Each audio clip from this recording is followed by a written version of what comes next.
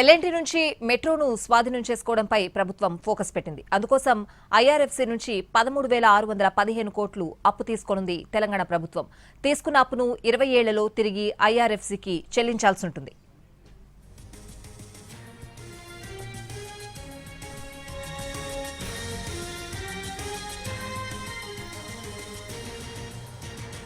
L&T నుంచి మెట్రోను స్వాధీనం చేసుకోవడంపై ప్రభుత్వం ఫోకస్ పెట్టింది. అందుకోసం ఐఆర్ఎఫ్సీ నుంచి 13,615 కోట్ల అప్పు తీసుకోనుంది తెలంగాణ ప్రభుత్వం.